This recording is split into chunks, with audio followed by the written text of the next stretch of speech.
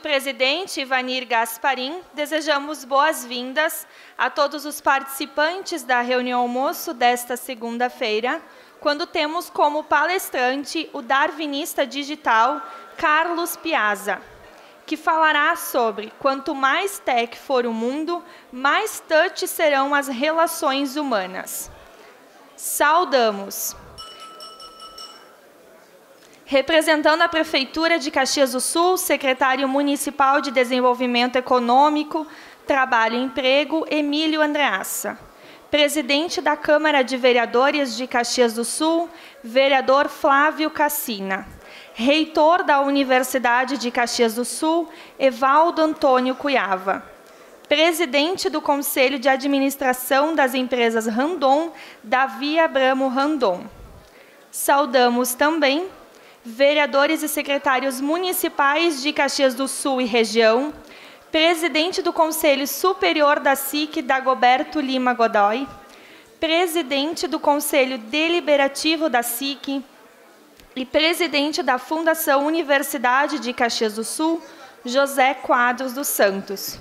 Um agradecimento especial à presidente da Festa da Uva, Sandra Randon, Rainha Maiara Perotoni e princesas Milena Remus Caraganhato e Viviane Gaelzer. Ex-presidentes da SIC, Carlos Heinen, também vice-presidente regional do Ciergues. Vice-presidentes da SIC, Mauro Bellini, Jaime Andreassa e Maristela Tomasi Chiapin. Presidentes de sindicatos e entidades de classe ou representantes. Daniel Randon, Conselho Superior do PGQP, Darcy de Davi, ADCE.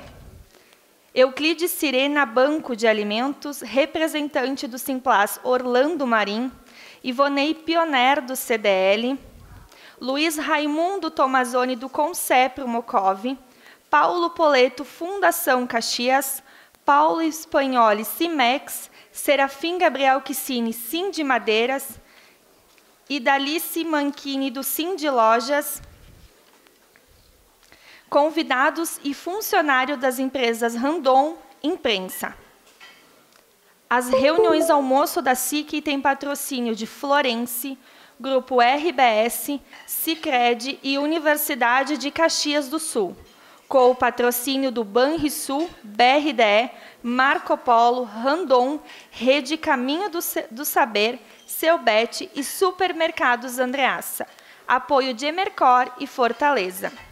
Saúdo nosso palestrante e consultor Carlos Piazza, secretário do Desenvolvimento Econômico, Trabalho e Emprego, Emílio Andreassa, presidente da Câmara de Vereadores de Caxias do Sul, vereador Flávio Cassina, reitor da Universidade de Caxias do Sul, professor Evaldo Cuiava, presidente do Conselho de Administração das Empresas Randon, Davi Abramo Randon, vice-presidentes, conselheiros, diretores da SIC, senhoras e senhores. Seja disruptivo, se não o fizer, alguém fará por você. Competir no novo mundo requer coragem e competência para transformar tudo que se fez até então em algo obsoleto. Essas palavras não são minhas, são do nosso palestrante Carlos Piazza, que nos honra com sua presença em um dia de grande significado para a Câmara de Indústria, Comércio e Serviço de Caxias do Sul, entidade escolhida para ser palco das comemorações dos 70 anos de uma marca ícone da nossa indústria, que é a Randon. É fato que a Randon sempre entendeu a necessidade de se adaptar a cenários de grandes mudanças, o que por si só justificaria sua longa trajetória. Mas mais do que se preocupar apenas com manter-se por tantos anos no mercado, que já é mundial, a Randon sempre manteve foco na inovação, com investimento constante em tecnologia, geração de novos conhecimentos. Não só a Randon, Davi, mas também todas as empresas que completaram 10 anos ou mais são disruptivas, caso contrário já teriam desaparecido do mercado. Confesso que quando soube que nosso convidado é um darwinista digital, nexialista, futurista, fiquei ao mesmo tempo surpreso e curioso, porque não são expressões que, acredito, a maioria como eu conheça seu real significado.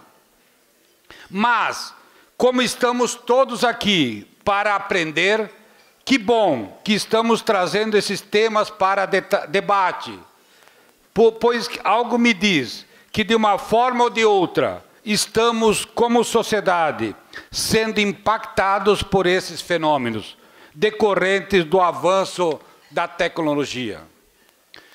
E aí me reporto ao meu reitor, o verdadeiro mestre de hoje não aprende para ensinar, mas o verdadeiro mestre é aquele que aprende constantemente.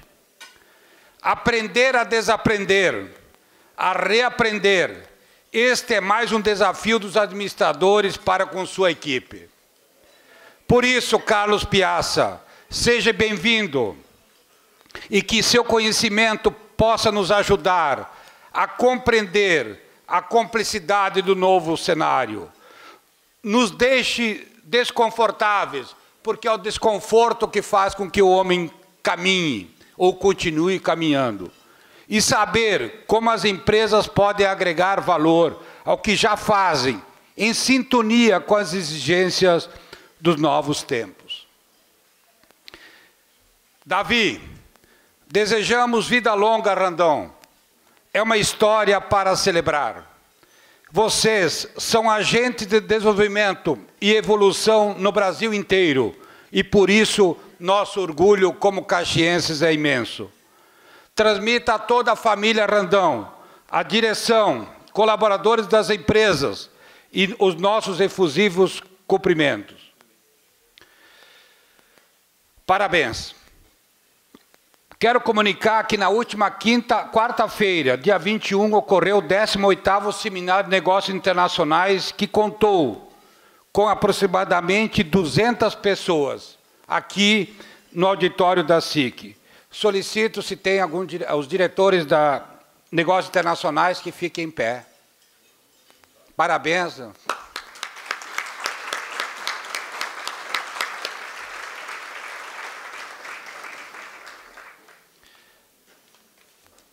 Com essas palestras, com esse trabalho diário palestrante, a gente tenta ser protagonista para nossas empresas também, de alguma forma, mostrar o caminho. E aí cabe cada um procurar o seu destino.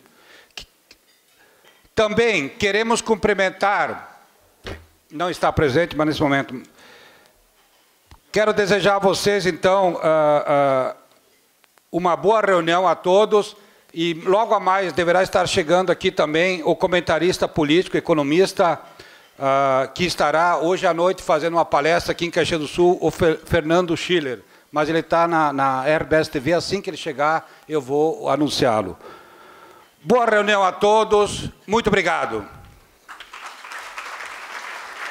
Convidamos agora o coordenador da Diretoria de Economia, Finanças e Estatística da SIC, Juarez Pitinini, para falar sobre a Carta Econômica. Bom dia a todos. A gente está hoje divulgando a carta do segundo trimestre, a Carta Econômica, que vocês já conhecem. A gente tem ela impressa, que vai ser entregue ao final do almoço, e ela está disponível no site da SIC também. Então, abordando, como a gente tem feito sempre, o foco especialmente é no cenário econômico.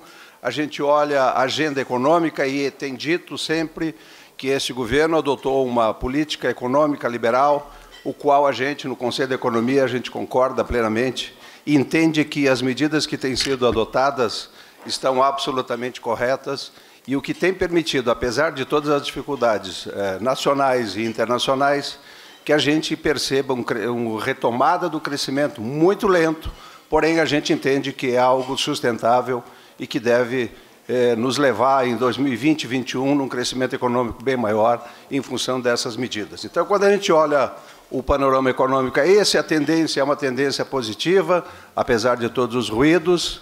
Quando a gente vê a conjuntura internacional, ela teve uma deterioração bastante importante. A questão Estados Unidos e China, a questão Argentina, para nós aqui um importante parceiro comercial, especialmente para a nossa região. Apesar disso tudo, o Brasil, fazendo as reformas que estão sendo encaminhadas, com a reforma da Previdência, que está praticamente aprovada, só falta o Senado sancionar, a MP 881 da Liberdade Econômica também, são cenários e indicações bem favoráveis e positivas. E isso tem reflexo sobre a economia de Caxias do Sul, onde a gente vê indústria, serviços, tendo um crescimento positivo, um crescimento moderado, porém em linha com o que acontece no Brasil, é uma indicação de que a gente vai ter cenário de sustentabilidade de crescimento aí a partir de 2021. Para finalizar, a recomendação aos empresários é que fiquem atentos, aproveitem as oportunidades que esse mercado abre.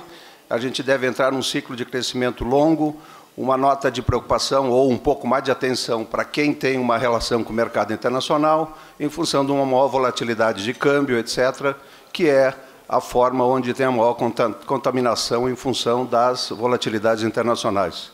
A gente está sempre à disposição, os membros do Conselho de Economia listados aqui estão à disposição da SIC, dos senhores empresários. Se alguém tiver alguma necessidade, dificuldade, vontade de conversar com a gente, estamos sempre à disposição. Muito obrigado, bom almoço a todos. Obrigado, presidente.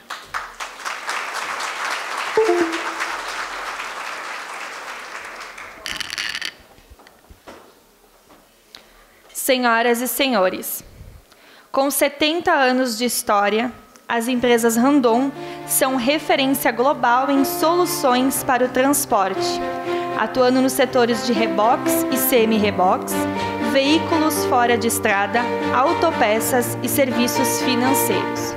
Por meio das empresas Randon Implementos, Randon Veículos, Fras-le, Yost, Master, Suspensis, Castertech, Randon Consórcios, Banco Randon e suas controladas, o grupo se tornou líder em diversos segmentos.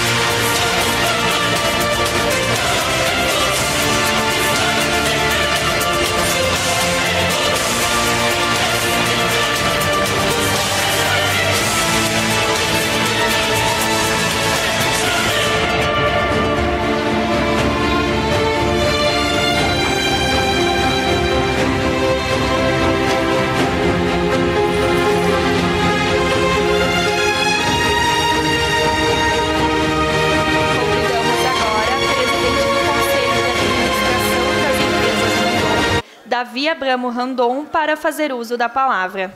Bom dia a todos. Para mim, eu gostaria, antes de mais nada, saudar ao nosso presidente da Câmara, Indústria e Comércio e Serviços de Caxias do Sul, Ivanir Gasparim. Em nome dele, todas as autoridades aqui já mencionadas pelo protocolo. Eu queria realmente, em poucas palavras, antes de ler, e é curto, dizer a grande emoção que é vir aqui, depois de tantos anos, Gasparim, que eu posso te chamar assim, porque a gente tem uma amizade muito grande, que eu já estive aqui como presidente da SIC. Para mim, realmente, é uma satisfação enorme na Casa dos Empresários, e é bom que o nosso palestrante saiba que aqui essa entidade são 119 anos. É isso, né, Gasparim? 118 anos. Então, começou com o comércio, depois a indústria, entrou serviços, quem sabe lá vai ter outras entidades novas que vão aparecer. Então é um momento de muita felicidade. Eu gostaria também, bem rapidamente, agradecer a presença aqui dos empresários que estão aqui, nos prestigiando, da diretoria e gestores da Randon, que vieram, boa parte deles, da nossa família, que está aqui hoje, a minha mãe aí, que é a matriarca aí, né, dona Nilva? Conhecida, que também está presente conosco, meus irmãos, minhas cunhadas, cunhados, a minha esposa, sobrinho, terceira geração, já aqui nos representando também. E também nós temos aqui, além da diretoria, alguns conselheiros aqui, o seu Rui, que está aqui nos representando também do nosso conselho. Muito obrigado por vocês estarem aqui presente e pessoas que participaram muito ativamente nas empresas que hoje estão aqui também nos prestigiando. Muito obrigado. Eu vou ler agora. Caros amigos, é um prazer estar reunido hoje com vocês para celebrar os 70 anos de história das empresas Randon. Essa história que começou com a visão e o sonho de dois irmãos, com vontade de criar algo diferente, e se transformou nessa empresa que a gente conhece hoje, um conglomerado de marcas globais, presentes em mais de 100 países, de todos os continentes.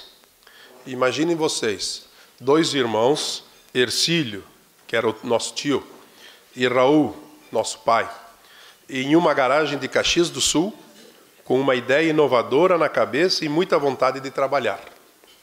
Eu sempre penso que eles estavam criando uma startup, em pleno ano de 1949. Está ali as fotos que dá para ver um pouquinho sobre a época. Muitos anos antes de todo mundo saber o que era uma startup. Muito mudou de lá para cá. Hoje o cenário é bem diferente. Nós vivemos uma realidade de transformação digital sem precedentes, sendo desafiados por novos modelos de negócios, novas formas de trabalhar e de ideias disruptivas que surgem todas as semanas. No lugar de nos sentirmos ameaçados por todos esses desafios, enxergamos neles uma oportunidade.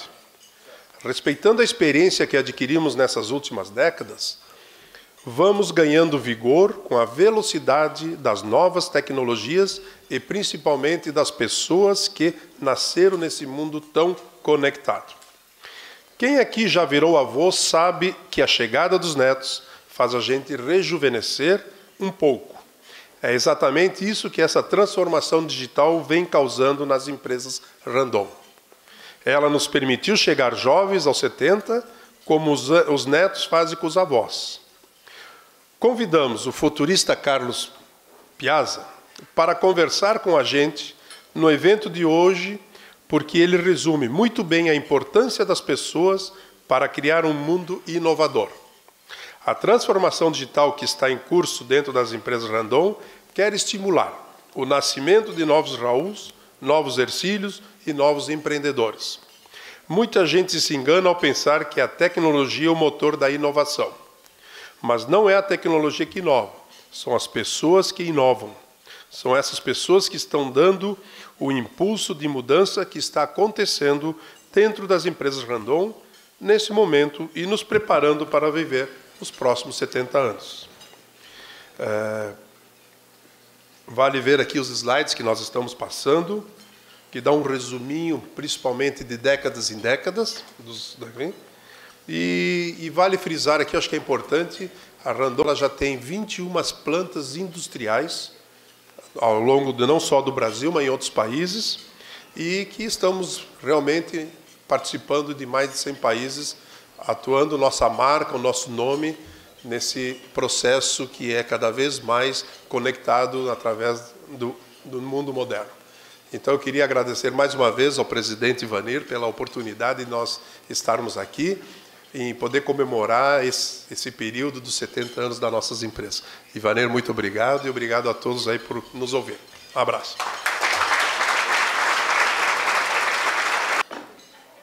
Senhoras e senhores, convidamos para a próxima reunião ao almoço, no dia 2 de setembro, que terá como palestrante o prefeito de Bento Gonçalves, Guilherme Pazin, que falará sobre Serra Unida, nossa história e nossa força.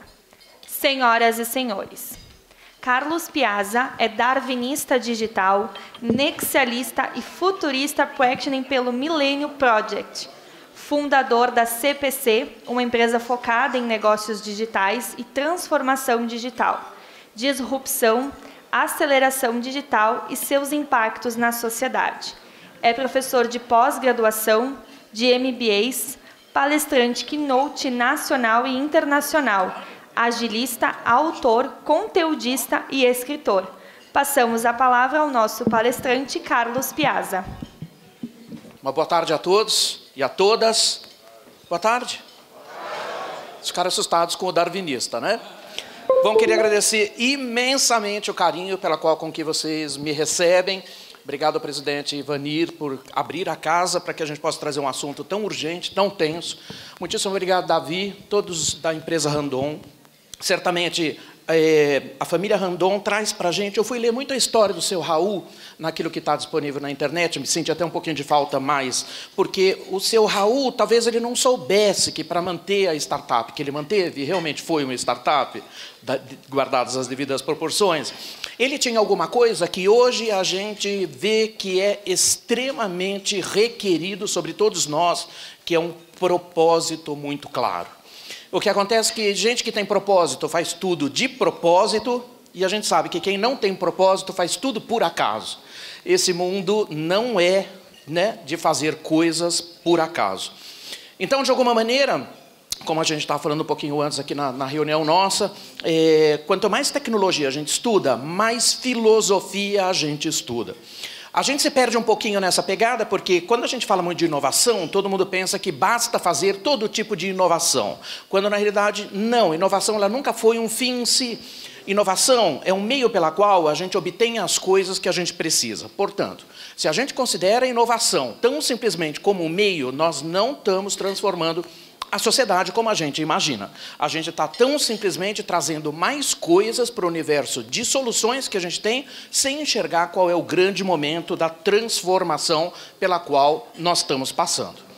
Esses nomes estranhos que surgem como profissão, o darwinista digital, isso é uma profissão. Eu já sou um darwinista digital há 15 anos. Quando eu deixei o mundo corporativo, porque ele já não tinha mais nenhum tipo de oportunidade, eu sempre fui formado na área de comunicação, trabalhava na área de comunicação, vendo a minha área se extinguir dia a dia, e eu falei, ou eu dou, né, uma sobrevida para tudo isso, ou vou morrer junto. Então, na realidade, o que acontece? A velocidade só aumenta quando a gente enxerga que tudo aquilo que a gente faz também se dissolve em tempo mais rápido. Então, o futurismo, o que ele faz? Ele imagina, né, porque o ser humano ele tem a única característica humana preponderante sobre ele, é o fato de que o ser humano é a única espécie viva no planeta que consegue imaginar algo que nunca aconteceu. O ser humano ele é feito de ficção, talvez você não perceba isso, mas a gente constrói ficção e transforma em realidade. Faz uma ficção na cabeça e transforma em realidade, sistematicamente. E você sempre está levando susto, porque você nem imagina que o Bip Bip, o Coyote, o Papaléguas, que acho que todos lembram, o Bip Bip sempre comprou no Amazon. E você talvez não perceba isso. Os Jetsons já conversavam, assim como o Dick Tracy, com o chefe, pelo celular, né, que era um aparelhinho que a gente tinha aqui, que era de comunicação múltipla. Tudo aquilo que a gente está vivendo hoje, a gente já desenhou no passado. Quando a gente vai reagir para o futuro, a gente, então, tem que colocar o dedo naquilo que o ser humano, com muita habilidade, oxidou ao longo da sua vida inteira, que é a sua capacidade de fazer ficção. Isso hoje é extremamente requerido para que a gente possa dar uma sobrevida à nossa própria existência. O que a gente sabe é que quando a gente não fala em ficção, a gente fica dando sentido para coisas que são muito de curto prazo e a gente não consegue ter nada orientativo para frente. Como o próprio Einstein falava, se não tiver nada de muito esquisito no seu novo pensamento, não há futuro para isso, porque a gente realmente está voltado a ter ficção cada vez mais dentro da nossa cabeça. Como, por exemplo, o fato de que os algoritmos mostram também que daqui a pouco, né, a gente vai estar, isso é bastante tenso, que é a extensão radical da vida, né? Já temos aqui pessoas que vão viver 140 anos e a expectativa em 50 anos é que a gente possa viver 500 anos. Tem alguém que queira viver 500 anos? Não? Eu adoraria, ser humano, né? problema, em qualquer versão, né? Quando você tem a oportunidade de viver para sempre, você não quer. Talvez haja propósito para a gente viver 500 anos também, né? Então eu trago aqui como tema, né, essa coisa que é mais preocupante para a gente, que a gente acaba esquecendo por falar de muita tecnologia, que o ser humano ele passa a ter uma influência incrivelmente despontada nesse novo universo. E a gente vai entender um pouquinho o porquê disso, né? Porque quanto mais tecnologia a gente fala, mais o ser humano a gente observa, né? Bom, o Jay é um colega americano que ele fala uma coisa que é bastante interessante, que ele fala que toda disrupção começa com uma grande introspecção. É tempo de pensar, pensar, pensar, não é tempo de sair fazendo, né? Sair fazendo. O que acontece é que as empresas, elas querem muito fazer coisas, porque elas são feitas para fazer coisas. E quando a gente fica 2 horas quieto dentro de uma empresa pensando, as pessoas pensam que a gente não está trabalhando, né? Porque a gente tem que gerar calor, todo o tempo tem que gerar calor, todo o tempo tem que gerar calor. O que acontece é que agora tem que parar para pensar, porque a escalada de transformações é absolutamente gigante. Relembrando Foucault, 1960, ele falava o quê, né? Que não sou profeta como a gente aqui, eu até como um futurista não tenho a menor pretensão de ser um profeta. O meu trabalho, como dele, é simplesmente construir janelas onde antes só havia paredes. Então, na realidade, a gente trabalha para quebrar mindset todo o tempo. Onde tem lógicas e ilógicas, a gente está presente para poder, mas assim, metralhar para que a gente possa deixar entrar um pouquinho de luz, um pouquinho de conhecimento. A Marta Gabriel fala para a gente, né, que o mindset digital é você falar sobre pessoas, não falar sobre tecnologias. É você saber quando e como você tem que usar tecnologias digitais, mas você tem que também saber quando você tem que parar, porque não é para tudo que elas servem também. Então, de alguma maneira, o futurismo ele é marcado por algo que é bastante incrível, que não é o fato de você trazer tecnologias o tempo inteiro. Eu tenho que trazer pensamento que orientem as tecnologias ou não. Então, o foco não deve ser na tecnologia em si, ela tem que ser no valor, né? Nos benefícios que as tecnologias trazem às pessoas. Perdão, deu tempo? Ok. A gente vive, então, a era da convergência tecnológica, que vem sem trégua, sem ponto de parada, sem ponto de chegada, e a gente está vivendo agora o encontro dos desdobramentos de todas as outras ciências. A primeira revolução industrial, né? Que chegou com vapor de água, 1760, a segunda revolução industrial, a elétrica, que chega a partir de 1850, a eletrônica, que veio a partir do século XX, 1990, marcada pelo aparecimento da internet 2.0, internet relacional, que deu para o ser humano, pela primeira vez na sua jornada inteira, a chance deles tomarem as mídias para que eles se pronunciem. E que mudou tudo como a gente vê hoje, né? Então, que o mundo está mudando rapidamente, todo mundo percebe, né? O problema é que isso está assustando, né? A velocidade está assustando, inclusive a gente que trabalha com isso, porque, de alguma maneira, o ser humano não é feito sob medida para poder transitar com essa velocidade com que as coisas acontecem. O que acontece é que as coisas surgem e morrem, surgem e morrem, surgem e morrem em tempos cada vez menores. O que acontece é que aquele velho planejamento que a gente fazia de 20 anos, e pasme, eu ajudei a fazer isso, que não tem mais o menor sentido ficar planejando mais do que 1 ano, porque o mundo é líquido, ele foi feito para não durar. E nesse mundo eu tenho que fazer a seguinte pergunta: como a gente cria valor quando tudo muda o tempo inteiro? Exatamente são, né, as formas com que as empresas tentam reproduzir essa nova velocidade. Se eu tivesse que fazer um paralelo, né, entre 60 milhões de anos atrás, quando caiu aquele super meteoro aqui na Terra, os dinossauros todos morreram. Morreram, mas eles morreram porque eles não tiveram o tempo suficiente para poder se adaptar ao novo universo. A visão do darwinismo digital tem exatamente essa mesma pegada, né? Se eu tivesse que fazer, então, na visão do darwinismo, quais são os meteoros de hoje, você não tem a menor dúvida que são as tecnologias disruptivas combinadas entre si, que pela primeira vez está promovendo para a gente um universo que é muito dispar. As tecnologias combinadas entre si, umas se amplificam às outras, trazendo para a gente um universo que a gente não pode considerar, porque é muito à frente até da nossa própria forma de pensamento. Então, quando a gente fala que a gente está numa batida exponencial, sem trégua, sem parada, sem ponto de chegada, é que o mundo exponencial traz para a gente um universo de extrema urgência para absolutamente tudo.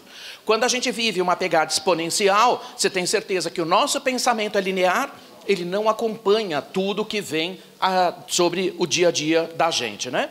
Quando a gente olha, por exemplo, aqui, inovações versus tempo, você vê essa curva exponencial bem marcada aqui, justamente que é isso que nós estamos falando. A tecnologia dobra sobre ela mesma a cada 2 anos, cai de custo pela metade e não tem nada que a gente possa fazer sobre isso. Nada, absolutamente nada. Quando a gente olha aqui a lei de Moore, que é exatamente o que fala isso que eu acabei de falar, eu tenho que combinar esses 2 gráficos. Capacidade de processamento cada vez mais turbo, com custos cada vez menores.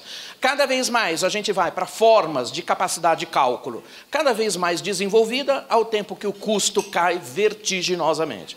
O que acontece? As tecnologias disruptivas chegam com preço muito, muito, muito atrativo para todo mundo, inclusive para as pessoas. Quando a gente olha população versus tecnologia, o algoritmo ele reage de uma maneira um pouco diferente. Eu tenho vários clientes que são hospitais, que fazem cirurgias robóticas, por exemplo. Transplante de fígado hoje é feito por um robô. É impressionante como a gente brinca de dizer, inclusive para eles, para os médicos, que a gente vive tempos onde nunca foi tão difícil a gente morrer. É um negócio impressionante. Que a gente morre só por falência total, mas enquanto tiver tecnologia, a gente está muitíssimo bem, obrigado, né? Quando eu era muito pequenininho, isso faz tempo, mas faz muito tempo, né? Eu lembro dos meus tios com 50 anos, eles eram velhos, né? Aparentavam ser gente velha, né? A gente olha hoje gente com 80 anos, com 100 anos, que está super lúcido, super bem, alguma coisa está acontecendo no meio do caminho que faz, sim, com que as pessoas vivam muito mais, né? E claro que o Ray Kurzweil, que é o futurista-chefe do Google, já fala que já estamos prontos para discutir eternidade. Vocês gostariam de viver para sempre? Alô? Gostariam? Se tiver inteiro, né? Estou disponível, né? O Harari chama a atenção da gente, aquele super escritor israelense, que ele chama a atenção da gente por um fato engraçado. Ele fala o seguinte, que você já viu filme de ficção um monte. Todos nós aqui já assistimos um monte de filme de vampiro. Tô certo? Você já viu nos filmes algum vampiro feliz? Eu nunca vi um. Provavelmente não deve ser tão legal viver para sempre, né?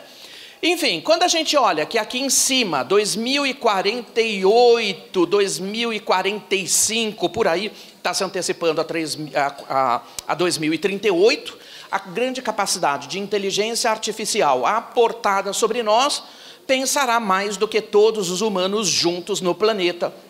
E isso é uma coisa que a gente não gostaria de ver acontecer, porque aquela ideia que a gente já viu num filme também das máquinas quererem mandar na gente é uma coisa de verdade que o Stephen Hawking sempre colocou como um dos pontos mais incríveis que a gente fez criações, que a gente daqui a pouco vamos ter que destruir, né? Porque ter máquinas mandando da gente é uma coisa que pode ser factível, mas não é uma coisa que a gente gostaria de ter, né?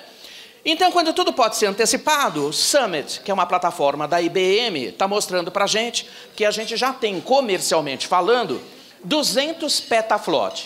200 petaflop, você imagina, são 200 quatrilhões de cálculos por segundo e a gente ainda tudo com a cara dentro do Excel. Você acha que faz algum sentido isso? E está todo mundo trabalhando por uma coisa que eu não entendo. Às vezes eu vou dia 28, 27, às vezes eu vou nas empresas, eu falo assim, bom dia, e o povo fala assim, não posso te dizer bom dia hoje. Ah, não, por quê? Estamos fazendo fechamento. Conhece esse mundo?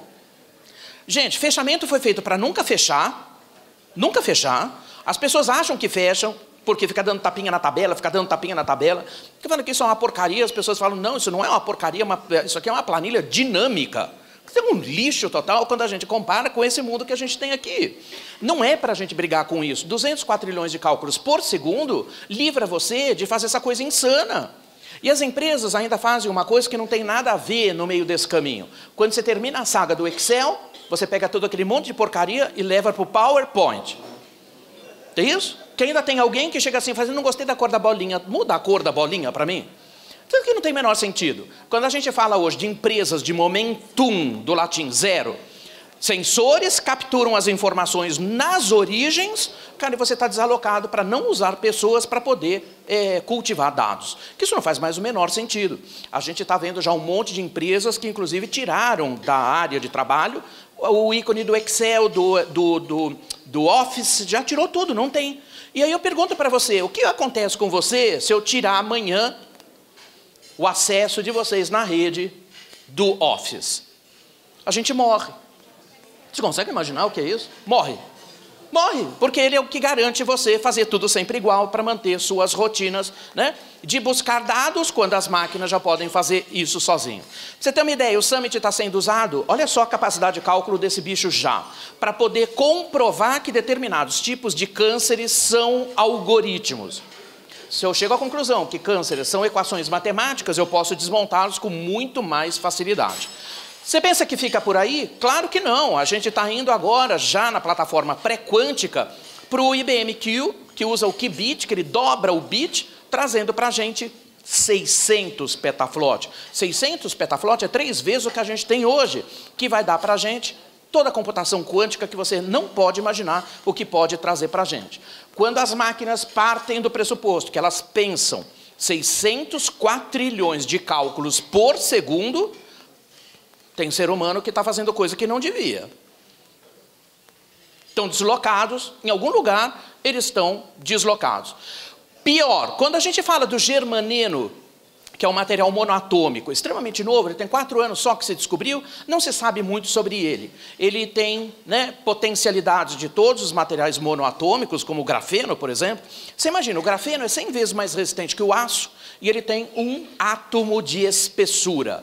Você imagina o que acontece quando agora eu posso fazer aviões de grafeno, como a Inglaterra está fazendo, o Reino Unido está testando isso, que tira 25% da pegada de carbono do planeta, mudando tão simplesmente o material. Você imagina o que é trabalhar com grafeno? Você viajaria num avião que ia se parecer com uma caneta transparente? Ele tem 1 átomo de espessura. Você viajaria num avião que tem 1 átomo de espessura? Quando a gente brinca dos filmes, esse é o filme que vai fazer a gente voar no avião da Mulher Maravilha. Eles vão poder viajar num avião transparente agora. O germaneno, você imagina, ele é 10 vezes mais rápido do que o silício. O que acontece com tudo isso? A gente pode ter daqui a pouquinho uma plataforma de 6.000 petaflops. Que são 6.000 petaflops? 6.000 quatrilhões de cálculos por segundo. Pode me dizer o que está fazendo o ser humano, né, tentando produzir dados completamente, mas completamente deslocado de qualquer coisa que você possa imaginar. O que está tenso aqui? O progresso humano versus tempo, que é o que marca inovação, está ficando cada vez mais de pé essa curvinha verde. Ela está ficando com este formato. O tempo está ficando cada vez menor e o progresso humano cada vez mais despontado. Portanto, a gente fala da singularidade, né? Que ela é uma mudança tecnológica muito rápida e muito profunda, que ela representa uma ruptura do tecido da história humana. Como a gente viu agora há pouco tempo, grandes inovações que a NASA trouxe sobre nós, que agora ela já começa a tirar alimentos do ar. Alguém chegou a ver isso? Que agora nós vamos comer alimentos que são produzidos pelo ar? Não? O que é isso? Ela acabou de descobrir como se faz fotossíntese sem a planta. Imagina se isso mexe na agricultura. Eu tenho clientes que são de agricultura de precisão, estão todos nervosos com isso, porque você imagina, quando eu consigo agora tirar CO2 inorgânico do ar, com gás de efeito estufa, transformando ele num suplemento alimentício que tem 50% de proteína, tem 25% de carboidrato, 25% de gorduras, e ainda usa só 10 litros por quilo extraído. Você imagina? Isso que é uma doideira, vamos começar a comer comida do ar. Isso afeta o ambiente de negócio de vocês? Barbaramente, né? Então, ela é uma fusão da inteligência, né, tecnológica e não tecnológica, daquilo que a gente chama da convergência homem-máquina. A 4ª revolução industrial, que vem desde 2016, já está sobre nós há muito tempo. E ela marca alguns, né, territórios que a gente não percebeu. Nós já estamos na Revolução 4.0, indo para a 5ª revolução. Então, a 4ª revolução, ela afeta e muito a essência da experiência humana, porque ela faz, pela primeira vez, uma coisa que é terrível. ela faz uma fusão definitiva do mundo físico, do mundo digital e do mundo biológico, que passa a ser um só. O que acontece é que quando a gente vê tecnologia chegando sobre o segmento biológico, medicina digital, né, biologia sintética, tudo que a gente está vendo acontecer, tem coisas que são muito legais, outras coisas muito preocupantes, exatamente quando a gente viu a China fazer pela primeira vez o macaco humano híbrido, onde você tem um macaco que tem órgãos humanos. É uma coisa que rompe muitos ciclos, justamente para ter órgãos, para poder fazer transplante. Isso é uma barreira que se quebra, que são coisas que a gente precisa pensar, né? Além de tudo, a edição do DNA e o genoma, através de uma metodologia que é o CRISPR-9, onde eu posso alterar os humanos a qualquer hora, porque o ser humano ele é um Lego, eu posso alterar qualquer coisa, mudar a cor do seu olho, mudar, né, a lógica pela qual você responde a doenças que vêm, né, de processo de transmissão genética, um monte de outras coisas. Então, o mundo ficou muito esquisito quando a gente tem metodologias que trazem biologia e tecnologia juntas. Claro que você não está vendo o que está acontecendo aqui, porque, enfim, é muita coisa que você tem aqui. Isso aqui é uma curva do Imperial Tech Foresight de Londres, que mostra para onde a gente está indo. Então, convergência homem-máquina, tudo aquilo que a gente olha como tecnologias que estão ali nas bolinhas azuis e verdes, e os cenários possíveis, que são, né, as formas com que a gente enxerga o futuro, está tudo dito ali. Carros conectados, robôs reutilizáveis, como Elon Musk já utiliza, extensão da vida, como a gente está falando aqui, guerras cibernéticas, a gente está falando que, inclusive, todas as forças policiais do planeta estão se voltando para a alta tecnologia. Tudo que você pode imaginar em profunda transformação, tendo a tecnologia como base. O Gerd Leonhard, ele é um superfuturista suíço, ele fala que a humanidade vai mudar muito mais nos próximos 20 anos do que nos últimos 300 inteiros. Quando a gente falou de todas as revoluções, a gente está aqui na 4ª revolução, justamente no sistema cyber-híbridos, e a gente já está indo para a 5ª revolução, que é a chegada da inteligência artificial completa. Aonde nós estamos? Perdidos na 3ª revolução, dentro das planilhas de Excel, que não tem mais sentido nenhum. Estamos deslocados. Já deveríamos ter ido para a 5ª revolução, estamos perdidos na 3ª. Né? Bom, o nosso tempo, ele é mais ou menos assim. E eu acho que muitas pessoas se identificam com isso. Né? Gente, é um negócio impressionante o que está acontecendo com o tempo. A gente não tem tempo para nada mais, é isso? Vocês também? Todo mundo? Parece que o tempo está ficando cada vez mais raro, né? Luxo do século XXI, tempo, privacidade, né? E o offline estão entre as maiores, né, coisas que vão desaparecer. O Edgar Morin chama a atenção que o antigo universo controlava e destilava o tempo, mas o novo universo é levado por ele, mas numa escalabilidade, numa requerência extrema. Então, na verdade, como é que a gente, ser humano, que não somos equipamentos adaptáveis a lidar com tempos acelerados, como é que a gente faz isso acontecer? Isso é um salto gigantesco quando a gente tem que olhar, porque o tempo hoje tem sido o nosso grande algoz. O nome técnico disso é o lapso do tempo. E eu pergunto aqui, apesar de todas essas evoluções tecnológicas, o ser humano ele fica onde nisso? Essa é uma pergunta ética que a gente tem que fazer. O que sobra dele? Né? Para onde que a gente vai? Onde que a gente se conecta com ele? Porque tecnologia, já sei que vai trazer para a gente abundância total. Mas e o ser humano, o que ele está fazendo? Né? De que maneira ele vai poder ser responsivo a esse universo que a gente está falando? Né? A gente vê que ainda o ser humano ele pode voar, de um lado, mas ele está preso a essas cordas completamente invisíveis, né? Eles não têm um propósito muito claro de vida. Muitos dos humanos foram, né, criados e foram educados para ter a mesma forma de resposta que eu tive, né? Que é tão simplesmente ser alguém na vida, e ser alguém na vida é ter um bom emprego, para ter um bom salário, para ter coisas. O ser hoje é infinitamente mais importante que o ter. As pessoas hoje, pela primeira vez, a geração alfa, que tem no máximo 9 anos de idade, estão preocupadas em ser, não estão preocupadas nem um pouco em ter nada. A gente já viu o tombamento de mercados agora na indústria automobilística, no ano passado. Né? A geração X trazendo um monte de... A geração Z trazendo uma característica nova, gente fazendo 18 anos, os pais tentando dar carro de presente, eles não querem mais. Ah, vou te dar um apartamento, então. Não quero. O planeta é o nosso quintal. Você quer me ver feliz da vida? Me dá um curso de culinária no Vietnã.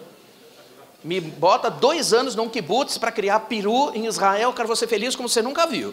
Mas não tente me transformar numa mandioca, que foi o que a gente fez uma vida inteira. Incrível como a gente foi treinado a não sair do lugar, a ficar fincado no chão. Não é isso? As novas gerações estão livres disso. Então, o que acontece com identidade e cultura? Que em 1990 foi o ponto da mutação, onde a pós-modernidade deu espaço à hipermodernidade. Quando a gente tinha identidade coletiva, tudo aquilo que vinha pela tradição, pela família, pelas empresas, pela religião, que era altamente orientativa, por um laço social completamente vertical, que era justamente a cultura que a gente herdava das nossas famílias, ela passou a ficar, a partir dos anos 80, em algo mais individualizada. A gente viu o distendimento disso pós-década de 90, com a chegada da internet, que fez coisas lindas. Ela aproximou pessoas distantes, mas ela também distanciou pessoas próximas. Acontece que a gente passou a ter uma cultura liberal do indivíduo, que passa a buscar a sua identidade real, né? Que tenta fazer uma apropriação do que ele significa nesse mundo estranho. Ele busca se afirmar também, né? E passamos a ter o acesso a muitas outras religiões através da mídia de massa. O que acontece com isso é que os laços sociais foram ficando horizontalizados e o individualismo aparece. Aí o individualismo é o ponto ruim que a gente tem hoje, que a gente acreditou que as pessoas podiam ser completamente individualizadas.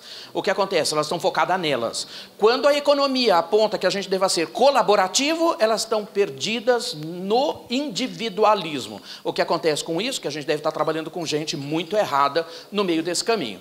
O que fala o superfilósofo o Lipovetsky, né? Ele fala que a hipermodernidade é resultante das incertezas e receios de uma sociedade angustiada, com a liberdade de escolha proporcionada pela pós-modernidade e impactada pela aceleração mercantil, consumista e capitalista, gerada por avanços tecnológicos e dos meios de comunicação de massa. O que acontece? A gente está se movendo para uma economia que é completamente diferente, que é a fluxonomia 4D. Nós temos economia do compartilhamento, economias circulares, economia da criatividade, economia criativa e plataforma multimoedas, mudando esse cenário. Então, o que acontece aqui? Ao mesmo tempo que eu tenho tudo, as pessoas acham que não tem nada. Elas têm tudo nas mãos, mas elas sempre ficam com uma tela azul de fundo, porque elas não conseguem conectar o seu propósito. Não adianta nada eu ter 1 bilhão de coisas se eu não sei qual é meu propósito. Isso agora fica muito evidente ao longo de tudo isso. Então, o indivíduo hipermoderno, ele é prudente, ele é afetivo e ele é relacional. Ao mesmo tempo que ele fragiliza as suas personalidades, né? Justamente por causa dos esquemas sociais destrutivos e o declínio também das forças interiores, ao mesmo tempo que ele tem o abandono pelo coletivo. Claro, ele ficou individualista, o coletivo não mais o acolhe. Então, a gente passa a ter sintomas psicossomáticos, distúrbios, depressão, vulnerabilidade, pânico, que é tudo o que a gente está vendo hoje acontecer. Eu estou enganado? Ou vocês veem cada vez mais gente dando tela azul no meio do caminho? Porque parece que elas piram, entram em pânico rapidinho, entram em burnout rapidinho, como a gente sempre fala. Pior, se você não conhece alguém que tenha praticado suicídio, você conhece alguém que praticou o suicídio. Ano passado eu perdi 6 colegas que se mataram. Provavelmente o que deu tela azul, o propósito não aparece, né? E aí você vai ver que esse novo mundo da gente é muitíssimo ruim. Obrigado. Muitíssimo ruim. O nosso tempo, então, ele é feito pela era dos extremos, pela era do vazio, pela sociedade da decepção, como todo mundo está decepcionado com tudo, a era do efêmero, as coisas aparecem, desaparecem, liquidificando tudo, a sociedade individualizada, que é isso que a gente está falando, a sociedade do cansaço de um super filósofo contemporâneo sul-coreano, que é o Byung-Chul, tempos líquidos do Bauman, onde nada é feito para durar, tempos de perplexidades, né? E resistências do Freud, e dias de depressão do Frei Beto. É impressionante, a gente tem uma abundância de tecnologia de um lado e estamos com o ser humano perdido do outro. A gente vive o colapso da confiança, impressionante como as pessoas não confiam na gente, muito menos a gente nelas, né? A gente vive esse distendimento. O colapso da criatividade, as pessoas estão muito caretas, elas fazem inovações curtinhas, elas não conseguem pensar a ficção, e a gente bate lá no propósito. Que o Twain, que é aquele super autor que eu adoro, ele fala assim, olha, há somente 2 dias muito importantes na sua vida. O dia do seu nascimento e o dia porque você descobre por que nasceu. A gente só comemora o primeiro. A gente não comemora o segundo porque a gente não tem uma visão clara de propósito. Então, o futuro do trabalho, ele é marcado pelo choque do propósito. Eu só vou poder trabalhar numa feição quando eu tiver muito trabalho, cada vez menos emprego, trazendo a confluência de propósitos. Portanto, a 5ª Revolução Industrial e o mundo da inteligência artificial é marcado pelo choque do propósito humano. É isso que a gente chama a atenção de todo mundo. A gente tem que ter um propósito muito claro que oriente a nossa vida. A 5ª Revolução Industrial é marcada pela inteligência artificial completa e a gente vai estar pronto para fazer algo que a gente sempre quis, nunca teve ferramentas para isso, que é a hipercustomização radical extrema, ou seja, é a customização em massa. Eu pergunto para uma empresa industrial, ela sabe fazer customização em massa? Sabe? Não sabe, nós não sabemos fazer isso. Mas nós estamos indo para um universo que vai depender de customização em massa. Então, quando a gente brinca do Fiction Lab, que a gente tem que voltar a fazer ficção, inteligência artificial e robótica é recorrente em todos, em todos. Portanto, inteligência artificial mais robótica marca, né, o nosso tempo.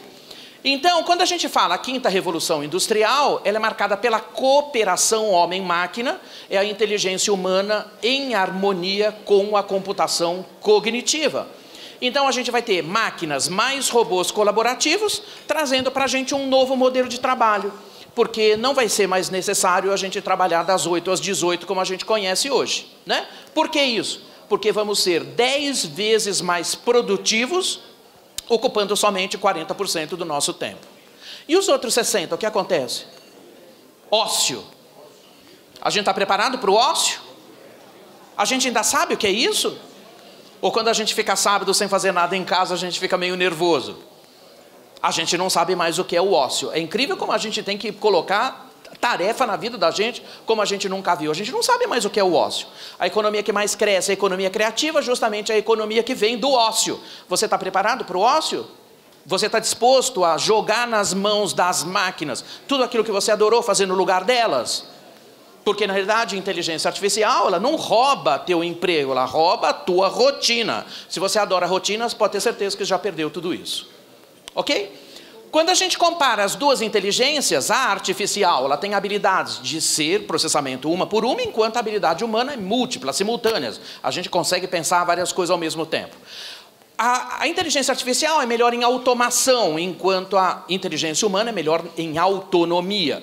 A artificial ganha na análise de volume, imagina que a gente está falando aqui 6.000 petaflop, capacidade de processamento é um absurdo. Quando o ser humano ganha na análise da ambiguidade. Lá ele é muito bom. Não tente se parecer com máquina. Seja humano para você poder ser bom na ambiguidade.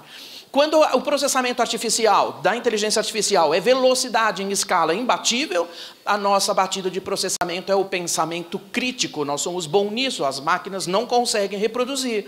Na inteligência artificial, a lógica e a natureza é a razão, enquanto o ser humano, sim, vai trabalhar na emoção. Ou seja, quanto mais tecnologia a gente fala, mais respostas emocionais nós temos que criar, que é um mega paradoxo.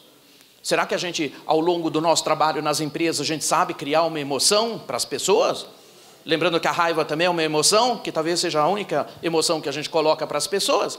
Então, na 5ª Revolução, o jeito de trabalhar muda. Não temos emprego, temos trabalho. Aquele trabalho das 9 às 17, ele desaparece.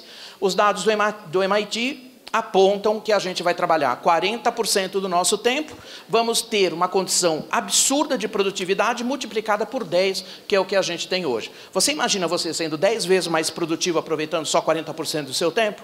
É para isso que a gente está indo, né? Caminhando. Isso rompe nas empresas aquela barreira dos tarefeiros, né? Que você deve conhecer um monte. De gente que está lá só pela rotina e que fica executando um aplicativo do que ele é mesmo. Tarefas repetitivas, essas pessoas adoram isso. Roteiros intermináveis. Quanto mais, né, empresas hierarquizadas a gente tem, pior fica porque a gente tem muito mais tarefas repetitivas. A gente tem que achatar um pouquinho esses níveis dessas empresas, justamente para que a gente possa aumentar a liquidez delas. A jornada humana, que o ser humano, né, trabalhou com tanto afinco para separar, o mundo digital reuniu. Viver, trabalhar e aprender é, de novo, uma instância única. Faz com que nas empresas a gente tenha que atrair pessoas com uma conjunção de propósito e de valores. O que acontece é que as empresas ainda contratam por currículo e a gente vê que nem sempre os valores estão presentes. Então, quando eu deveria estar contratando por DISC, por assessment de valores, para a gente ter valores convergentes, as empresas ainda estão preferindo, né, curso superior em universidades, né, renomadas. Que não é mais o caso, a gente começa a ver gente autodidata trabalhando com uma forma muito torpedo aqui. Então, viver é a expressão daquilo que você aprende, você só aprende porque você trabalha, porque você vive, você não sabe muito bem se você está trabalhando porque vive, se você vive porque trabalha. Essas coisas são indivisíveis para as pessoas apaixonadas de verdade pelo que fazem. Não aquelas que enxergam só no roteiro a sua razão de vida. Né? Porque elas se contentam com aquilo que... Eu não sei que nome dá aqui, mas a gente usa muito a figura do cebolão. Cebolão é aquele olerite, contra-cheque. Impressionante como as pessoas gostam de receber contra-cheque, porque elas olham assim e falam assim, uau, dá para eu pagar minhas contas, ainda sobra R$10 para eu me divertir. Você acha que isso basta? Alô? Será que não deve ter coisa muito mais divertida na vida da gente do que, né, do que a gente ficar olhando? E quando ele fala assim, você não vai ter mais emprego, as pessoas continuam repetindo. O que eu faço com meus boletos? Gente, na boa, se a gente ficou refém de boleto por uma vida inteira, alguma coisa está errada. Eu prefiro enxergar boletos como cartas de amor com data de vencimento, né? Que ela sempre se renova, o que é legal. Que eu vou ter muito boleto? Claro que vou. O problema é como eu me relaciono com eles. O que tem que ter no centro não é a repetição que me leva a uma grana que me paga o boleto. É uma paixão de uma vida inteira, que eu não olho o boleto. Portanto, quando você faz só aquilo que você realmente gosta, eu preciso de profissionais diferentes. Obrigado. Eu preciso de gente mal criada, de gente que não se verga, de gente que aprende sozinha, de gente que tem paixão no topo. Mas essas pessoas trazem conflito para a gente. O conflito é o que a gente precisa com a principal competência que a gente tem hoje. Então, o que acontece aqui? Para frente. Ih, voltou um monte aqui. A gente precisa, né, ter esse tempo, né, para a gente poder cuidar da vida, pensar um pouquinho para buscar o equilíbrio possível. A gente começa a ver as primeiras empresas adotando o formato de mobility. Está todo mundo com latitude e longitude, mas quando você precisa realmente só de internet para trabalhar, eu não preciso parecer uma mandioca fincada no chão. Eu posso trabalhar de qualquer lugar do planeta como a gente trabalha. Eu tenho clientes japoneses, tenho clientes italianos, tenho cliente alemão, trabalho de onde eu estiver, até de Caxias do Sul, que eu vim ontem. Eu trabalhei ontem. Claro, porque eu preciso, né, para estar aqui, eu precisei entregar algo ontem. Você acha que eu estou bravo com isso? Estou feliz da vida de estar aqui, né? Então, a gente vai poder decidir como os assistentes, então, vão poder nos ajudar, das tarefas mais simples até as mais complicadas, mas claro que eu vou precisar de confiança ainda nesses equipamentos, né? Esse aqui é a Alexia, né, do Amazon. Está passando por um ciclo de horror nos Estados Unidos, porque a gente teve um caso lá, a Alexa está passando por um processo de transformação, porque agora teve um problema lá com uma dona de casa que sempre repetia o que queria para a compra de supermercado da semana, mas ela tem um papagaio africano, aquele cinzinha, e o papagaio começou a pedir coisas no Amazon por ela. Aí veio uma lista desse tamanho de preço, deu uma brigaiada lá que falou assim, eu não pedi, pediu, não pedi, pediu. Levanta a gravação, que ainda tem algum sentido, encontrou o papagaio pedindo as coisas que ela pedia, né? Então, de alguma maneira, reconhecimento de voz, né, outras certificações têm que vir coladas aqui, né? E a gente vai decidir depois como é que esses assistentes colaboram com a vida da gente. Se eu vou levar o meu cachorro, né, passear, ou se eu vou dar na mão de um robô levar, que tudo bem, isso aí vai ser bastante simples da gente enxergar. Por um outro lado, também a gente tem uma pressão muito grande pelos direitos de tudo isso, por causa da lei dos dados, né? Onde confiança é o nosso maior valor. Quando a gente fala que tecnologias se extinguem, de um lado, a gente tem que entender que cultura e valores, não. A gente dá um respiro de 100, 150 anos para um mínimo de cultura se modificar. Então, o Benioff, que é o chairman da Salesforce, ele fala que a quinta revolução industrial está chegando e isso tem a ver com o foco irrestrito, né? Estrito, nos valores, ética e transparência. A gente volta para aquilo tudo que a gente sempre falava na base da filosofia. O Klaus Schwab, que é o presidente do Fórum Econômico Mundial, fala que os CEOs, cidadãos, reaparecem aqui. E então a quinta revolução vai depender deles para se tornar a principal manifestação da responsabilidade executiva. Então as batalhas da quinta revolução, a gente vive um retrocesso criativo, porque a gente volta do pensamento de igualdade, de ética, de transparência, responsabilidade social, e o Zeitgeist, que é essa palavra alemã que denota o espírito do nosso tempo, ele está focado na recomposição do habitat. Quando a gente fala que antes, talvez, uma queimada na Amazônia não significasse muita coisa, hoje a gente está vendo que isso significa muito. Tem muitos indícios de recomposição para a gente não ir além daquilo que a gente destruiu. Como você vai ter ócio na base de 60%, investimento e altíssima tecnologia, ela vai estar voltada para a gente reconstruir o habitat. Esse é o nosso Zeitgeist, reconstruir o habitat. Portanto, o que a gente tem aqui? O desaparecimento do CEO. Nós temos o aparecimento do CTO, que é o Chief Trust Officer. O que ele trabalha o quê? Ele trabalha na feição de que nossos valores, sim, é o que criam valores. Então, de acordo com o MIT, transformação digital, o elemento humano se mantém infinitamente mais importante do que nunca. Eu tenho que juntar a ciência dos dados mais a ciência do comportamento humano ao mesmo tempo, e eu não tenho esse profissional hoje, e vou ter que lidar com interfaces culturais extremamente complexas por causa da compressão humana. O ser humano, ele morre, com muito mais idade, ao mesmo tempo que a taxa de natalidade baixa, mas as culturas estão comprimidas. Então, de alguma maneira, conflito é algo que é uma grande requerência para os líderes desse futuro. Quando a gente fala do lado touch, eu tenho que entender que sempre é o people first principle. O foco primaz é no ser humano, não é na tecnologia. Tecnologia é meio, não uma finalidade em si. Portanto, a gente se volta muito para a economia da felicidade. E você fala, uau, mas isso é uma economia? Felicidade é uma economia. Que a gente não se volta, não se volta. Obrigado, acabou. Vocês me dão mais uns minutinhos? Tudo bem? Mais 180 só. Esse conteúdo inteiro tem 96 horas, imagina, que é um fragmento. Mas rapidinho.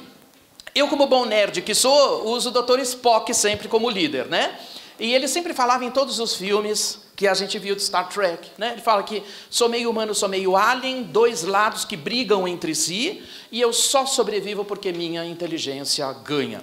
Este mundo é formado de algoritmos das máquinas, dos androritmos, que você não sabe mais o que eu vou explicar. Esse mundo é futurista e humanista ao mesmo tempo, ele tem muita tecnologia e ele tem ética do outro lado. O que acontece com isso? Que as máquinas não precisam de ética nenhuma. Quem precisa de ética ainda é a sociedade dos humanos.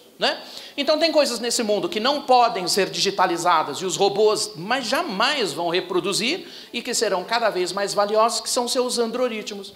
A sua emoção, a intuição, a criatividade, a compaixão, a imaginação, o mistério da vida, valores, consciência, empatia e ética, entre muitas, são coisas humanas que a gente tem que voltar de novo a trazer, porque máquina, fazer tarefa repetitiva, dá para as máquinas. Onde eu preciso de você é na ambiguidade. As máquinas precisam dos algoritmos e os seres humanos dos androritmos, cada um no seu quadrado. Não dá para misturar as duas coisas. Isso é tão de verdade que a Universidade de Oxford, no ano passado, colocou um estudo lindo falando que 20 anos, 57% das profissões do mundo estarão na mão dos robôs. Por quê? Repetitividade no meio do caminho. Mas tem alguns jobs nascendo. Você quer ver alguns? Dos 1.500 que Oxford aponta, eu trouxe só 10. Você quer ver? Sim? Então, psicólogo de robôs. A gente sabe que eles enlouquecem. Tá? Onde tem robô, tem robô enlouquecido. É fato. Todo mundo acompanhou os robôs do Facebook que criaram uma língua não humana, começaram a conversar entre eles, estão desligados até hoje. Todo mundo acompanhou o Tay. Tay é o bot da Microsoft, que é o primeiro robô reconhecidamente homofóbico, xenófobo. Todo mundo acompanhou? Plataforma Machine Learning. Ele durou 17 horas, ele aprendeu como as pessoas xingam ele. Que é o que a gente está vendo acontecer com os bots da Magazine Luiza. Todo mundo acompanha? Sabe o que está acontecendo com os bots da Magazine Luiza? Sistematicamente sendo assediados sexualmente. Você imagina que tem gente que vai para o telefone assediar um robô? É claro que eles enlouquecem, eu também enlouqueceria. agora começarão a ser processados por lucro cessante. Porque ser humano, eu falei, é problema em qualquer versão, né? 9º lugar, diretores de filme de realidade virtual. Não temos. 8º, consultores genéticos. Alguma dúvida? Vão ter genética em cima de tudo. Gestores de energia limpa. Piloto civil de drones. Planejador de velhice. Vamos combinar? Quando você fizer 420 anos, eu duvido que você saiba onde guardou as meias. Vão ter que precisar de algum robô nos ajudando, né? Design de lixo. Mitigar o lixo 100%. O lixo para a escola de design organizacional e de design estratégico, o lixo é um erro de design. Portanto, a gente não usa nem a reciclagem como possibilidade. A gente mata a reciclagem para consertar o processo original. Lixo zero. Zero. Terceiro, os nostalgistas. Do tempo em que a gente teve muita coisa que era legal que a gente perdeu. O bolo de coco da avó, o coador né, de café. Todo mundo que tem uma mãe ou uma avó tem a receita de bolo de coco. Não é isso? Tudo isso volta, o cheiro da terra molhada da chuva, a canequinha de ágata, dos hábitos que a gente foi perdendo, porque a gente tentou se parecer com máquina, a gente jogou tudo fora. Tudo isso agora tem muito valor intrínseco, né? Fazendeiros urbanos, já temos, né? Fazendeiros hoje no Japão, fazendas de 70 andares de plantação hidropônica. E o primeiro lugar, o Feng Shui de dados, como a gente fala, né? Que é justamente quando eu tiver a internet de todas as coisas 2023, com internet 5, 6G, com sensores em todos os lugares. Você imagina essa sala inteira, tudo que você pode imaginar que você consiga ver transmitindo dados para a gente. Vou ter que ter uma visão muito harmônica desses dados para tirar inteligência. Portanto, esse mundo é tech, como a gente nunca viu, e touch também, como a gente nunca viu. O que acontece? A gente não sabe mais o que é esse lado touch desse mundo tech. A gente foi submetido a parecer-se com máquinas obsoletas e não tem mais lugar para isso. Tá bom? Então, de alguma maneira, o que a gente fala aqui? Eu adoro isso aqui, porque eu peguei lá em Tiradentes isso aqui, né? Não comas a vida com faca e garfo. Lambuza-te, né? Vá viver, hashtag seja feliz, né? Tenha saúde e paz, que é tudo que eu desejo para você. Obrigado pela sua companhia. Isso aqui é só uma trilhazinha do que é esse mundo aqui da alta tecnologia, que chama a atenção de que você não pode ficar rendido para a tecnologia, embora tenha que ter feição completa dela, para que a gente possa ser tão simplesmente cada vez mais feliz. A gente só trabalha para criar paradoxo. Obrigado pela tua companhia. Foi um prazer estar com vocês.